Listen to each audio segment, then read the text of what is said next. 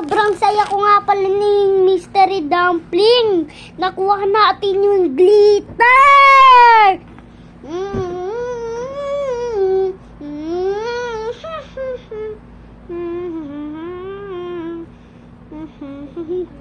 So guys, yung mga mata niya napudpud na dito sa loob.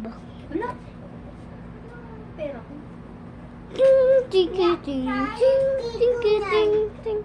Ito po. Napudpud na po sa loob. Kasi shinik-shake ko kasi. Kaya napudpud na guys. Ito po laman niya. Bala ata po ng pellet ganito eh.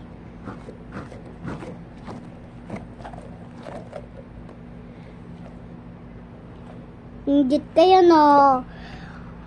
Yung mga iba kasi, sabihin nyo lang, comment na lang po kayo dyan kung sikat po to.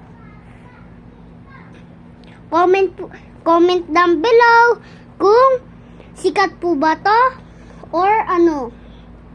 Or yun, kung sino naman nakakanood nito, mag-comment kayo kung nakakuha rin kayo ng ibang glitter.